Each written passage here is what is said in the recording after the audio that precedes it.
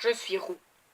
Alors ça fait plusieurs vidéos que vous me voyez avec des casquettes. Parce qu'en fait du coup je me suis teint les cheveux en roux. Et en fait je voulais atteindre une vidéo très particulière qui va bientôt arriver. Mais je me suis dit fuck, je le fais maintenant. Et en fait vu que c'est comme une vidéo de changement, vu que j'ai changé mes cheveux de couleur, je me suis dit ça allait bien, mais je me suis dit bon c'est pas grave. Bon aujourd'hui on est là pour du coup le culturol. Doute le culturol selon moi où il y aura le plus de choses. Et on va commencer avec du coup les objets de la Fnac. Alors du coup j'ai My Hero Academia 5.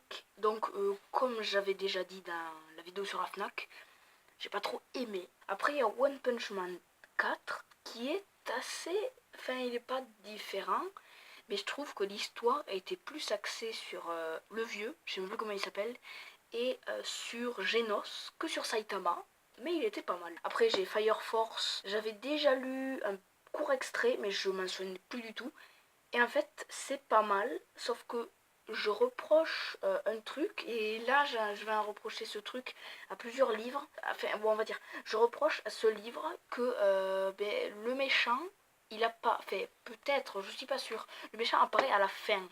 À mon avis, ce qu'ils auraient dû faire, ils auraient peut-être dû approfondir un peu plus les personnages dans le tome 2, et à la fin du tome 2, on aurait vu du coup le gars, le méchant. À mon avis, ça aurait été mieux d'approfondir un peu plus les personnages, mais bon. Donc après j'ai Assassination Classroom 4. Ah merde, je me souviens plus de quoi il parle. J'ai adoré, parce que le début, bon, ça allait, parce qu'il fallait essayer de tuer Koro.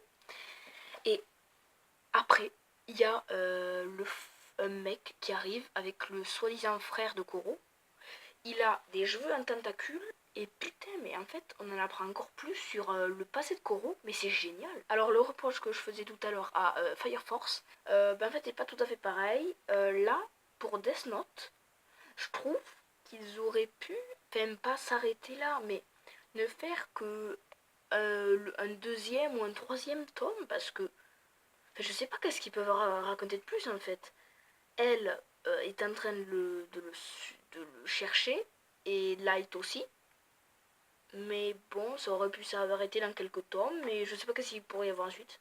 Et donc pareil pour Tokyo Ghoul, ça aurait pu s'arrêter sur le 1. Enfin, c'est pas que ça aurait pu s'arrêter, c'est que je vois pas qu'est-ce qu'ils peuvent raconter de plus.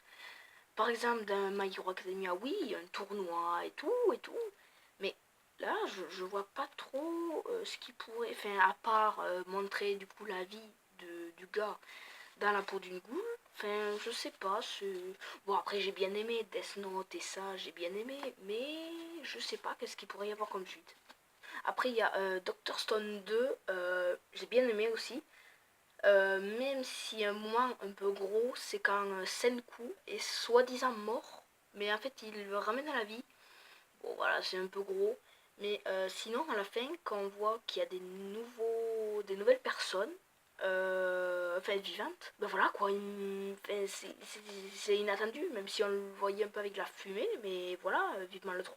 Du coup, après l'attaque des Titans Before the Fall, je pensais qu'en fait, ils montreraient les humains quand ils n'avaient pas encore les murailles. Parce qu'il y a le mur Sina, le mur Rosa et tout. Et je croyais qu'ils les montreraient sans ces murailles-là. Finalement, non. Ils préfèrent en fait faire une histoire où en fait c'était le début, où c'était la première fois que... Enfin non, ils avaient déjà créé les murailles. Mais en fait, ils préfèrent faire une histoire où en fait il y a un enfant de titan. Et en fait, ça aurait pu être, au lieu d'être dans le passé, ça aurait pu être comme un univers alternatif en fait, parce que l'auteur, à mon avis, il voulait pas raconter le passé quand les humains étaient vraiment, vraiment sans défense. Il voulait raconter un gars qui était le fils du titan. À mon avis, c'est ça, parce que on voit pas trop qu'ils sont dans la galère, hein. Enfin, ils ont des murailles et tout. Alors bon, voilà, parce que peut-être dans la suite, vu qu'ils essaient de s'échapper, peut-être que là, on les verra vraiment sans défense. Après, il y a Black Torch 2. Je me souvenais pas trop du premier, mais il était vraiment bien. Et peut-être que si je relis le premier, à mon avis, il a l'air meilleur que le premier. Hein. Après, du coup, il y a les Fairy Tail. Du coup, j'ai le 2 aussi. J'ai lu que le 1. Alors, bouf, c'est... Bof. Ça me fait penser à One Piece, même si je l'ai pas lu, parce qu'ils sont un peu déglingos. C'est quoi ce mot, putain? Et en fait, ça me fait aussi penser à Noob, parce qu'il y a des guildes et tout.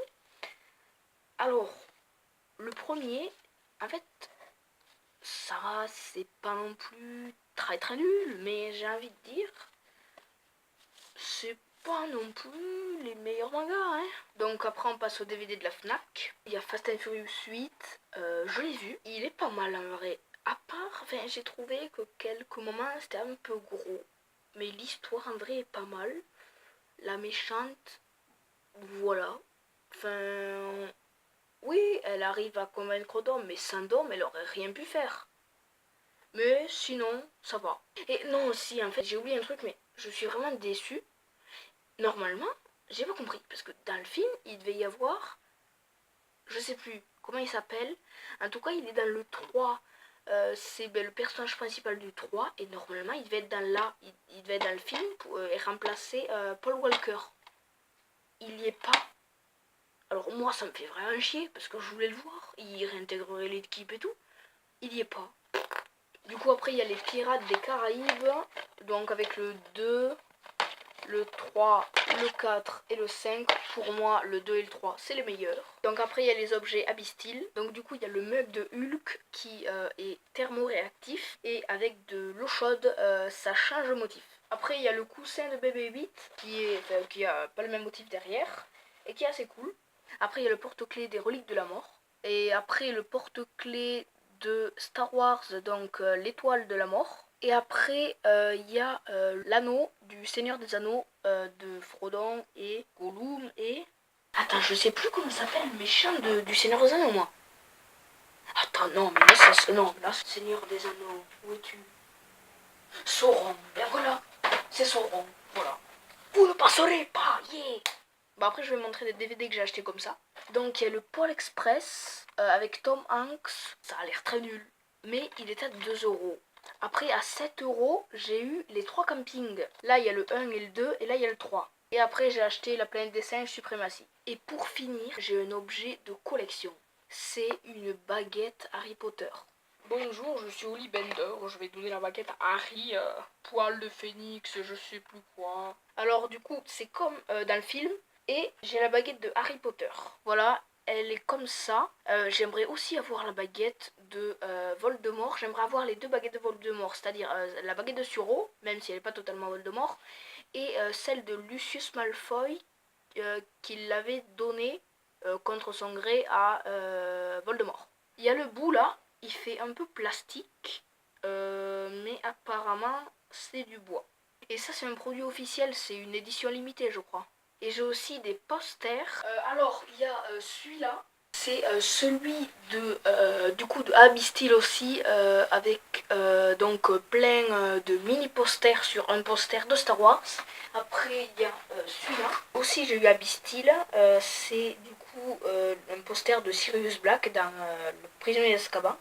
Après j'ai ce poster, c'est un poster d'Overwatch que j'ai aussi eu dans Abystill avec tous les personnages. Et après j'ai lui. Et après j'ai lui. C'est un poster de One Punch Man qui montre à peu près les héros principaux. Après j'ai un poster de Retour vers le futur 2 et derrière il y a le poster de Halloween. Et là j'ai un poster des Indestructibles 2 et si on le retourne c'est un poster de Jurassic World Fallen Kingdom.